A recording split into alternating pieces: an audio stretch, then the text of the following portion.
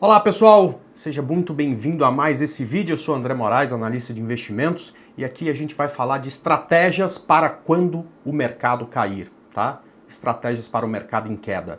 Mas é muito importante, né? Esse vídeo vai para o YouTube, você pode assisti-lo hoje ou daqui a 2 anos, né? Hoje é dia 27 de março de 2019. E é muito importante que você entenda o contexto em que foi gravado esse vídeo, tá ok? Então deixa eu falar dele primeiro, daqui a pouco a gente fala sobre tudo isso, sobre oportunidades e, enfim, sobre o que fazer com esse mercado quando ele cair, tá? Vamos lá. A nossa bolsa, ela sobe há 3 anos. Ela começou a subir em fevereiro de 2016 e até agora, né, há uma semana, 10 dias atrás, a gente bateu a máxima histórica do Ibovespa numa região próxima a 100 mil pontos, perfeito? A gente teve, nesse meio de caminho, né, nesses 3 anos, um ou outro período um pouco mais conturbado. Teve um evento que a gente ficou depois chama hoje, né, de Joesley Day, a bolsa veio para baixo, mas logo se recuperou. No ano de 2018 tivemos a greve dos caminhoneiros, a bolsa também por um curto período caiu, mas se recuperou muito bem, e desde então vem se mantendo em tendência de alta, perfeito? Eu percebo neste momento muita gente otimista com o futuro da nossa economia e o futuro do país, mas isso, na minha opinião, depende de uma única coisa, né? Neste momento, né? É claro que depois que ela deixar de existir, né? É a reforma da Previdência, né? Depois que ela for aprovada, vão aparecer outros desafios, é normal, natural, e a gente torce para que os políticos encarem esses novos desafios e vençam todos, né? Eu entendo, e muita gente também entende, que se essa reforma da Previdência for aprovada, a gente pode vir para um movimento de subida do mercado ainda mais forte do que tivemos nos últimos 3 anos, né? Então eu vejo muita gente otimista com isso. Mas entendo também que se essa reforma da Previdência não for aprovada ou for aprovada de uma forma que não resolva os problemas a longo prazo, existe a possibilidade do mercado vir por uma queda mais prolongada e, portanto, né, é preciso saber rentabilizar melhor o seu capital com essa queda, tá? Veja só, eu não estou aqui hoje criando qualquer tipo de alarde, né? Eu sou muito interessado, né, que essa reforma da Previdência passe, mais interessado ainda que o mercado continue a subir, né? Eu tenho 43 anos, uma filha com 13, eu quero que quando ela chegar na idade adulta, na idade de entrar no mercado de trabalho, ela encontre uma economia e um país muito melhor do que eu encontrei quando eu entrei no mercado de trabalho, né? E eu acho que esse momento, né, vai permitir que essa melhora na economia e no país aconteça, né? Que é a aprovação da reforma da Previdência. Perfeito. Mas o que eu olho e percebo, né, é que muita gente que entrou no mercado nesses últimos 3 anos nem sabe que é possível, por exemplo, rentabilizar esse capital com a queda do mercado. Então, não é porque acho que ele vai cair hoje, o mercado, ou nas próximas semanas, pode até ser que aconteça, é porque eu sei que em algum momento, pode ser daqui a uma semana, mas pode ser daqui a 5 anos, ele vai cair. Então o objetivo do vídeo é único e exclusivamente de tentar educar o investidor que nunca viu queda de mercado sobre o que fazer quando o mercado cair, tá? Espero que daqui a muitos anos, perfeito? Bom,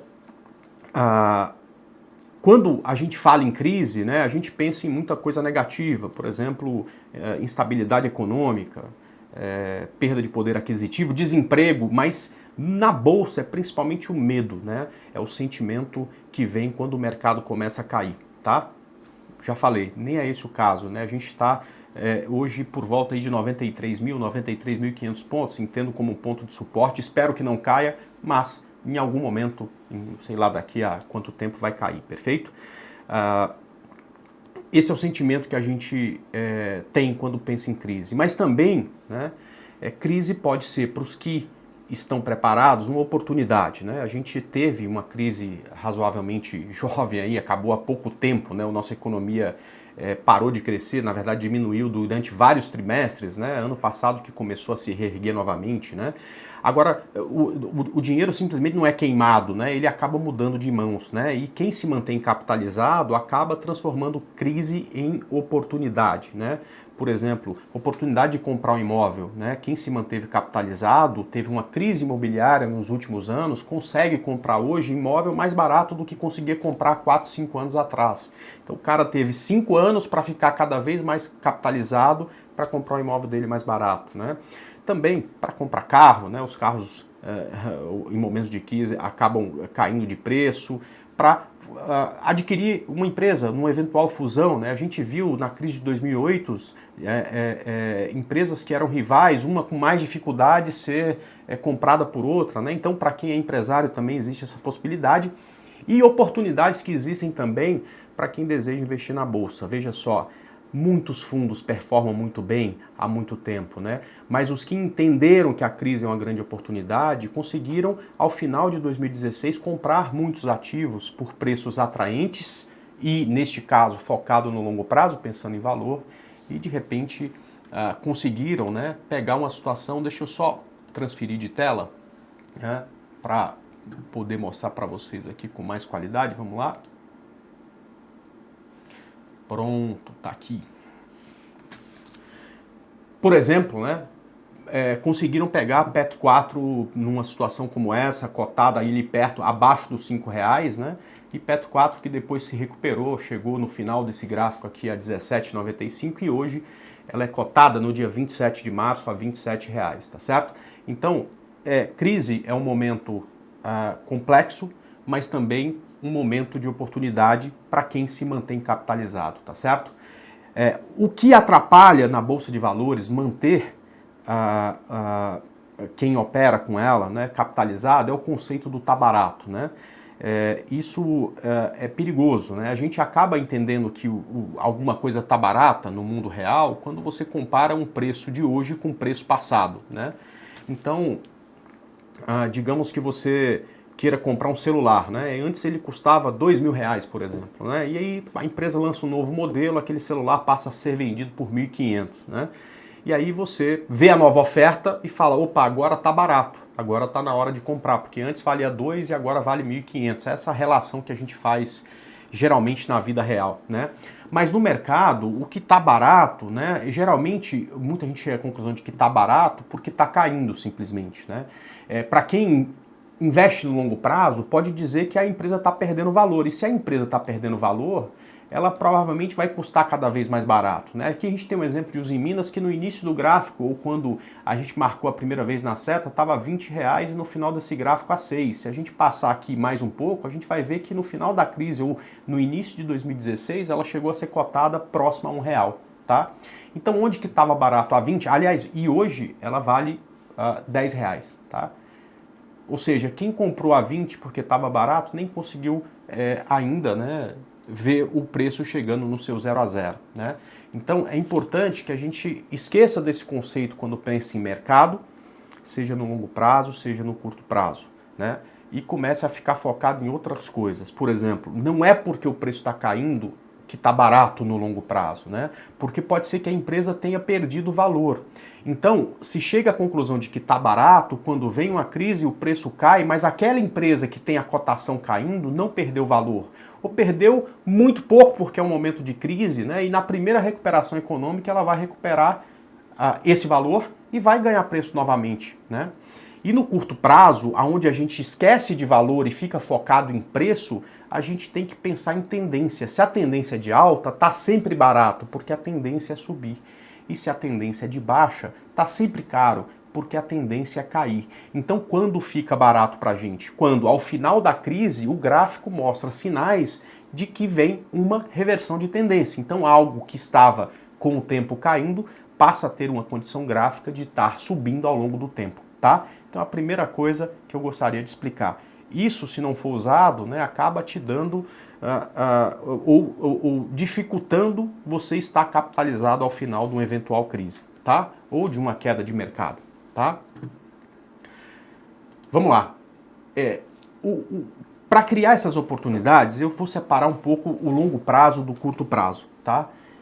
Porque eu entendo realmente que a análise técnica ela é muito boa para o curto prazo, né? Você consegue enxergar com muito mais proximidade o timing, mas para o longo prazo a análise de fundamento é imbatível, né? Então, o que o cara do longo prazo quer no momento de crise, né? Primeiro, é não se preocupar com as cotações, né? A não ser na hora de comprar, né? Imagina o seguinte, se uma determinada empresa tem um certo valor e ela vale R$ 20 no mercado e a cotação começa a cair e a partir dali aquela empresa passa a ser cotada por R$ 10, mas a empresa mantém o valor, é claro que o preço é significativo. Significa nesse caso que se o valor se manteve, pensando em longo prazo, tá certo? Que a empresa está barata, né? Então, o investidor de longo prazo vai se preocupar com a cotação na hora de comprar e levando em conta, é claro, né, se a empresa ganhou ou não valor. Ele vai continuar com a sua atividade principal, ou seja, ele é médico, ele é engenheiro, ele é advogado, ele é trader, ele faz qualquer outra coisa, ganha o seu dinheiro, paga as suas contas, o dinheiro que sobrou ele investe e aí o que ele vai fazer? Durante a crise, ao final dela, quando voltar a subir, aplicar aquilo que sobrou mês a mês, buscando valor, porque o foco dele é no longo prazo, tá ok?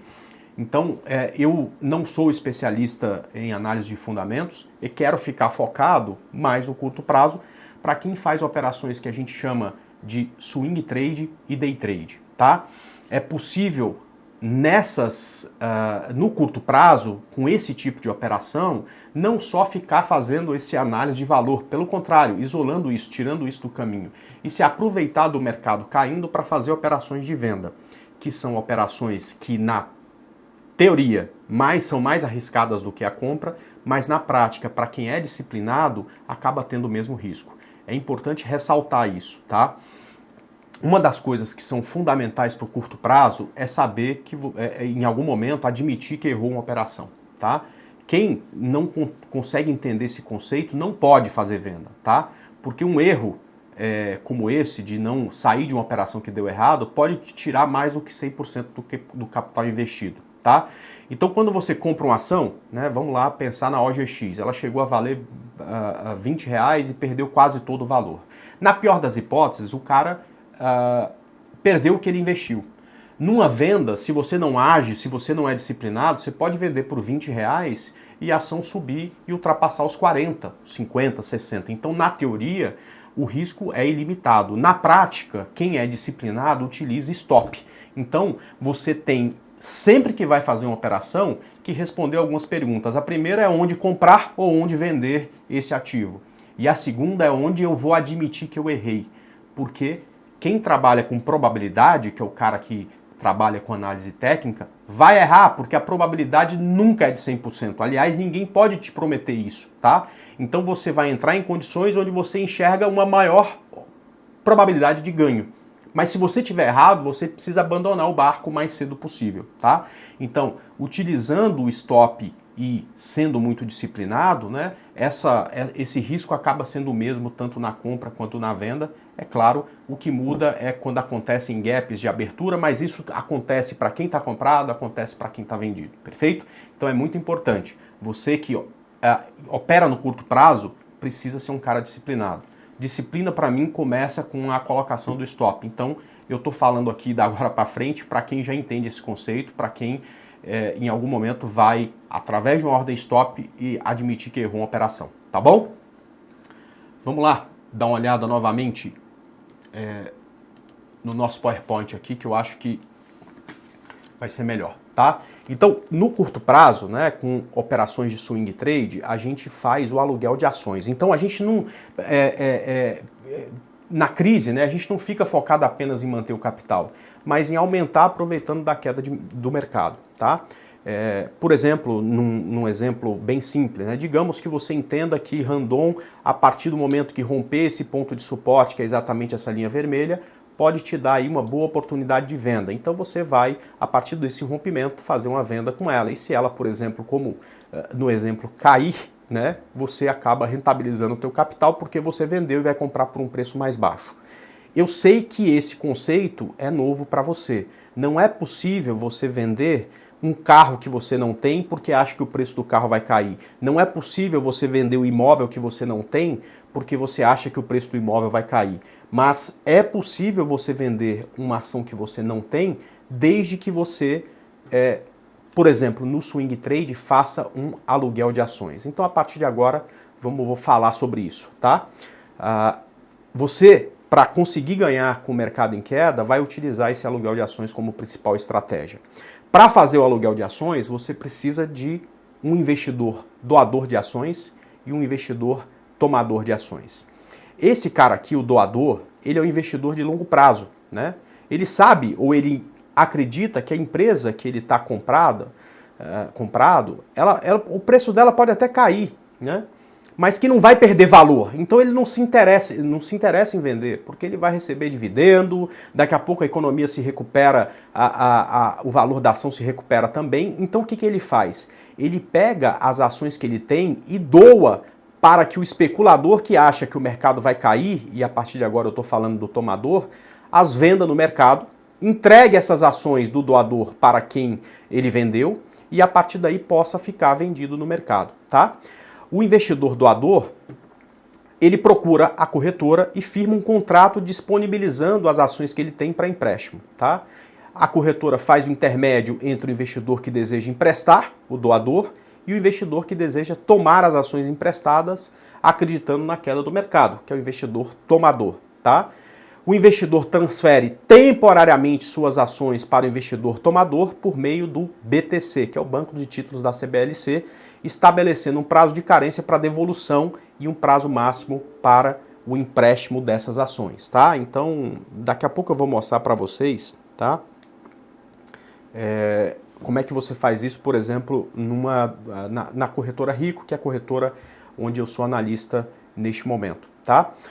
Bom, vamos lá. O investidor doador, além disso, né, com as ações emprestadas, não pode participar das assembleias da companhia, né? Imagino que para o varejo isso não seja tão impactante. A gente está falando aqui no caso de alguém que tem muitas ações, inclusive participa de assembleia da companhia, enfim, tá? Por outro lado, ele acaba recebendo todos os proventos pagos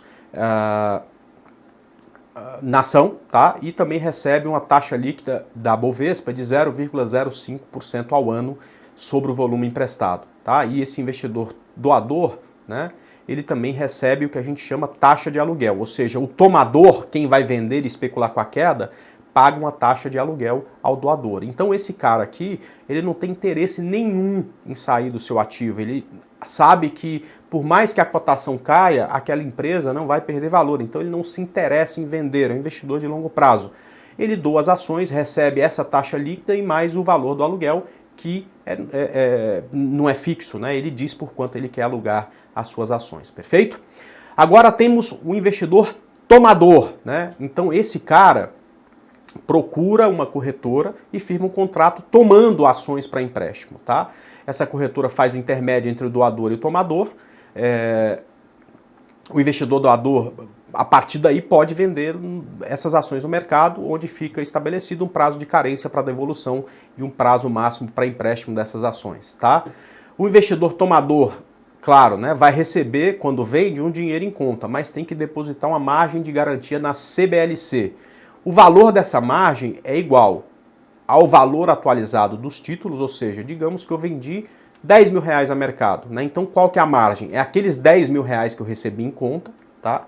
Então eu não posso usar esses 10 mil para, por exemplo, comprar outro ativo, tá? Mas mais um percentual definido pelo próprio Banco de Títulos da CBLC, tá? O valor das margens é acompanhado diariamente e recomposto na forma e nos prazos estabelecidos pela CBLC. Então, digamos que você está vendido, ao final do pregão, o ativo seu caiu, você recebe em conta uma diferença de margem. Se você está vendido, se o ativo subiu, você tem que depositar mais margem, ou seja, essa margem ela é recomposta todos os dias para o mercado de ações, tá ok?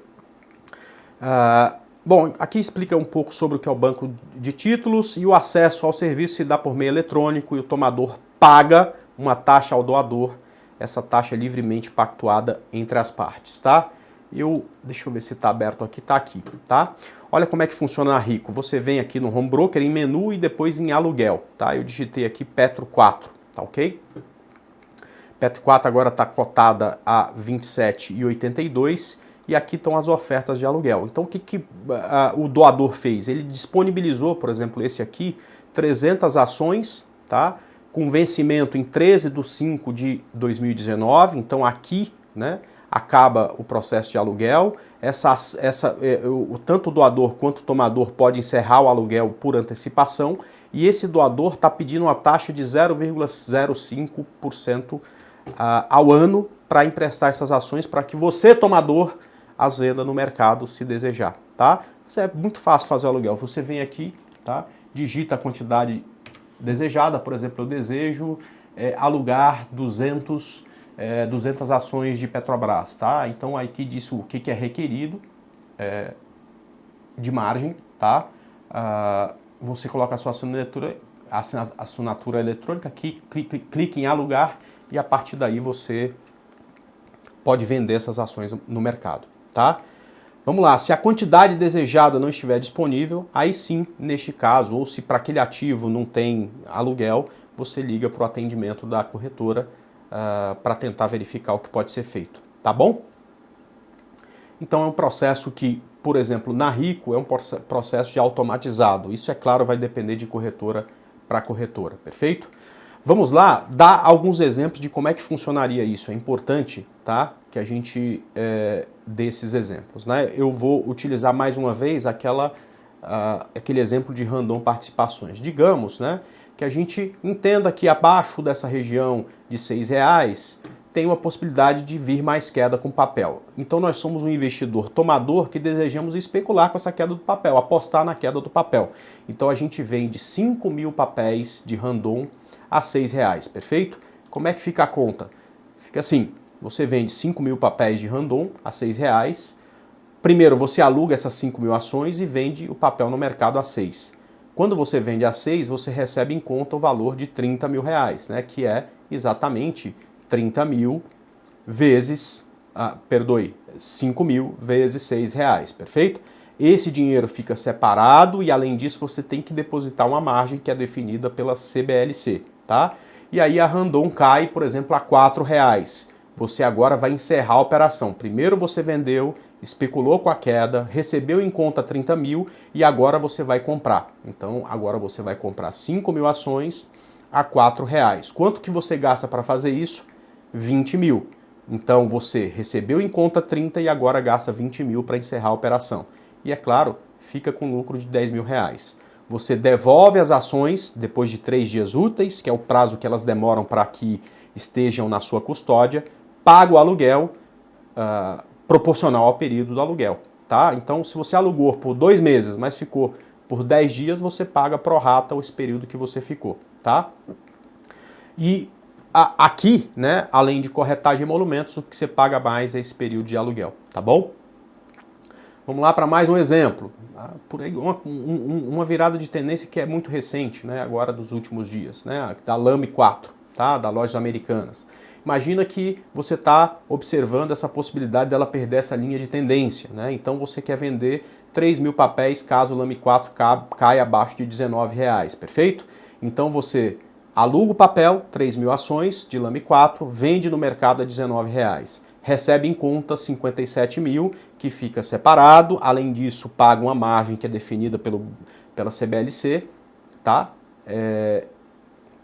Que também fica separado, né? Porque você paga, né? Você tem que ter um dinheiro em conta para ficar esse dinheiro separado. Ao final, isso é devolvido para sua conta, tá?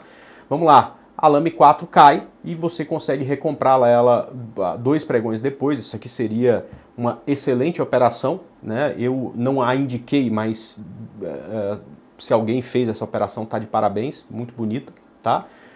Você vai recomprar esse papel, por exemplo, a, digamos, R$17, tá? E aí você você paga por isso 51.000 e aí a diferença entre o que você recebeu e o que você pagou é lucro, tá? Então, nesse caso, o lucro seria de R$6.000, né? Aqui a gente falou de duas oportunidades aí que deram certo. E deve ter muita gente pensando, poxa, André, então é só vender e ganhar? Não, né? Presta atenção. Se você compra primeiro, para ganhar dinheiro, você tem que vender por um preço mais alto. Se você vende primeiro, para ganhar, você tem que comprar por um preço mais baixo. E se por acaso o Lame 4 sobe? Deixa eu até dar um outro exemplo aqui de uma oportunidade que a gente pode ter por agora, tá? Deixa eu colocar um gráfico aqui para mostrar para vocês. Vamos lá. Vou colocar aqui o gráfico de YouTube 4, tá? YouTube 4, né, repetindo, né, a gente está num momento aí de suporte. Espero que esse suporte não seja perdido para que a gente possa continuar com essa tendência de alta, para que daqui a pouco a gente rompa os 100 mil pontos. É isso que eu desejo, tá? Mas caso aconteça diferente, nós teremos oportunidades de venda. A primeira coisa que eu vou fazer é aqui em YouTube 4, tá? Traçar uma linha de tendência. Perceba, né, que nos últimos dias YouTube 4 estava nesse ponto de suporte, hoje ela está perdendo essa linha de tendência. Imagino aqui que a gente vai fazer o seguinte, a gente vai vender YouTube 4 no mercado agora, tá? Isso aqui ela está cotada a 37,27. Vamos pegar e fazer o seguinte aqui, ó, a gente vai nessa linha vermelha, tá, colocar uma saída automática da operação, que a gente chama de stop, tá? Aqui em cima, por exemplo, 34,16, tá? Ou 19, que foi onde parou minha linha, tá? E se ela cair, a gente vai sair, fazer uma parcial aqui nesse ponto, e se ela cair com força mesmo, porque o mercado virou, a gente vai fazer uma saída final aqui nesse ponto. Então o que acontece? Se a gente conseguir comprar, né, a partir dessa venda Itaú por um preço mais baixo, seja aqui a 32,26, né, seja a 30,52, ótimo, a gente vai ter lucro na operação. Porém, se YouTube 4 a partir desse ponto começar a subir e romper essa região de 34,19, a gente vai estopar a operação, ou seja, a gente vai admitir que perdeu, porque aquela condição que gerava a venda, que era uma perda da linha de tendência, não se mostrou realidade. Então você vai admitir que perdeu aqui, tá? Então se você vender por 33,27 e tiver que recomprar a 34,19, você vai ter uma perda de 88 centavos, se fiz bem a conta, por ação. Se você tiver com 1.000 ações vendidas, você perderia R$880. Da mesma forma que se ela cair até esse ponto, você vai ganhar em torno de 880, 890 reais, e se cair um pouco mais, você sair do resto aqui embaixo, você vai ter a possibilidade de ganhar um pouco mais, tá ok? Então, não é algo que dá certo 100% do tempo. Portanto, se você não entender esse conceito de que se você tiver errado, você tem que estopar a operação, não dá para fazer uma operação desse tipo, tá bom? Bom, dito isso, pessoal, a gente passa a... Bom, enfim, só para finalizar, nesse caso você devolve as 3.000 ações quando você compra, depois de 3 dias úteis ao doador, paga a taxa de aluguel proporcional ao período e, além disso, corretagem e emolumento, que são taxas aí cobradas para qualquer tipo de operação, independente se é compra ou se é venda. Fechado? Bom, vamos agora falar de um outro perfil, até mais arrojado do que as operações swing trade. Se não é o teu caso, poxa vida, né? Aqui tá, até agora a gente explicou como se aproveitar dessa queda para essas operações de swing trade ou até mesmo de uma posição de gráfico semanal, tá? Operações day trade são operações que começam e acabam no mesmo dia. Esse tipo de operação não é para todo mundo, né? Você tem aí, primeiro, que ter tempo para ficar na frente do computador todo dia, né? Tem gente que tem, né? Porque definiu que esse vai ser... que o day trade vai ser o seu ganha-pão, né? A forma de você remunerar o teu tempo ali na tela do computador. Mas a grande maioria não tem, tá? Então, para quem não pode ficar, paciência, não tem como fazer essas operações. No swing trade, né, no gráfico diário, semanal, é possível que a gente passe vários anos só subindo, né? Então, o cara que chegou no mercado a partir de 2016 nem viu ainda o mercado cair, nem sabe o que é queda, tendência de baixa do mercado. Mas quem faz day trade tem que saber vender. Por quê? Mesmo na tendência de alta, muitos e muitos dias vão ser dias de queda. Por exemplo, nós ainda temos tendência de alta nesse momento no mercado, né? Como eu falei, dia 27 de março, e o Ibovespa está caindo algo em torno de 2%. Quem ganhou dinheiro com o day trade hoje, muito provavelmente foi quem fez venda, tá? Então é preciso que você entenda muito bem, primeiro, da necessidade de saber como rentabilizar o capital com a queda de mercado, e segundo, saber que esse tipo de operação é muito comum no day trade, porque, como eu falei, mesmo na tendência de alta, você vai ter dia de forte queda, tá? A venda no day trade é mais simples, tá? Porque você não precisa fazer o aluguel de ações. Na maioria das corretoras, né, você tem a mesma condição que você tem na compra, você tem na venda no day trade, né? Ou seja, tem corretoras que inclusive alavancam o capital no day trade. Você tem lá R$1.000 na conta e ela te deixa operar 10 mil reais de um determinado ativo, ou 20 mil reais de um determinado ativo. Essa condição geralmente é a mesma para compra e para venda. É claro que isso depende de corretora, mas, por exemplo, na Rico, a mesma alavancagem que se tem para Petrobras na compra se tem na venda, tá? E abrindo um parênteses, né? A alavancagem é uma ferramenta muito boa para quem tem experiência, mas é uma ferramenta terrível para quem não tem, tá? Quando a gente pensa em alavancar, a gente acaba ficando focado só em alavancar ganhos, né? Quem tem pouca experiência, mas você alavanca também os prejuízos, né? Então, se alguém te dá, se você é um cara que tem experiência, ganha dinheiro no mercado e alguém te dá mais dinheiro, muito provavelmente você vai ganhar mais. Mas se você não tem experiência, não ganha no mercado e alguém te dá mais dinheiro, provavelmente você vai perder mais, tá? Então é preciso que vocês entendam isso, tá?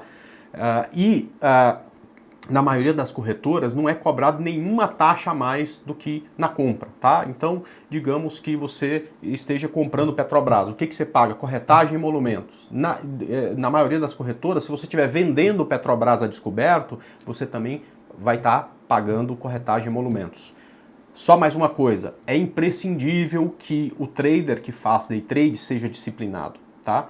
E o que é mais importante, na minha opinião, na tal da disciplina é o ponto de stop. Se você não entende esse conceito, se você não respeita ainda esse conceito 100% do tempo, não dá para fazer operação de venda. Também não dá para fazer de compra porque você vai acabar perdendo dinheiro, tá certo? Mas definitivamente não dá para fazer de venda. Então tem que ser disciplinado, tem que utilizar os stops. Fechado? Vamos lá então. Deixa eu voltar aqui para os nossos exemplos, né? A gente vai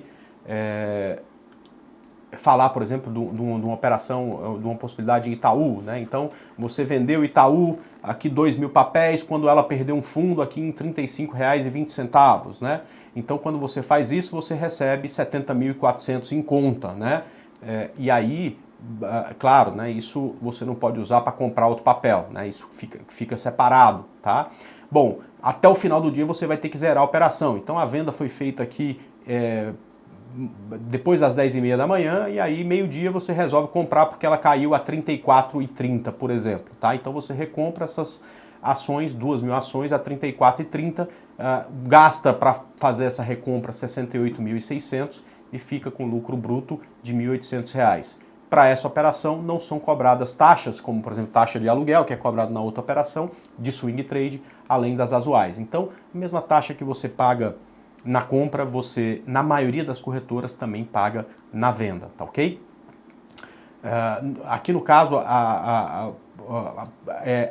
perdoe, já falamos aqui, né? Vamos para o próximo exemplo, exemplo 4, né? A gente vai falar de Petrobras, né? Então, tá lá a Petrobras, você tá aí vendido, esperando ela romper esse ponto, ela perde esse ponto, você vende 3 mil papéis a R$ 27,60, por exemplo, tá? Então, você recebe em conta 82.800, a Petrobras cai, você vai aqui zerar a operação a R$ 27,20, portanto você ganhou aí 40 centavos por ação, o que dá um lucro, por exemplo, de R$ 1.200. Mesma coisa, para essa operação não são cobradas taxas além das usuais, perfeito? Importante ressaltar, mesma coisa do swing trade. Vou colocar o gráfico aqui de Vale 3, tá? E vou colocar também num período de 5 minutos, que é um período muito utilizado, né, por quem faz operações day trade. Se você, no início do dia, vende Vale 3 aqui e tem que recomprar aqui em cima porque ela subiu, você tem prejuízo na operação. Então é claro, né, que você tem que utilizar sempre o stop e, além disso, saber que, como em qualquer operação, pode dar errado, pode dar certo, né? O que vai fazer você vencer no longo prazo, utilizando análise técnica, é se acostumar a perder o mínimo possível para entender que errou a operação, que aquilo que você achava mais provável não aconteceu, e ganhar muito quando você acerta, né? Então, o que faz no longo prazo um trader vencedor é um gerenciamento de risco positivo nas operações, perfeito?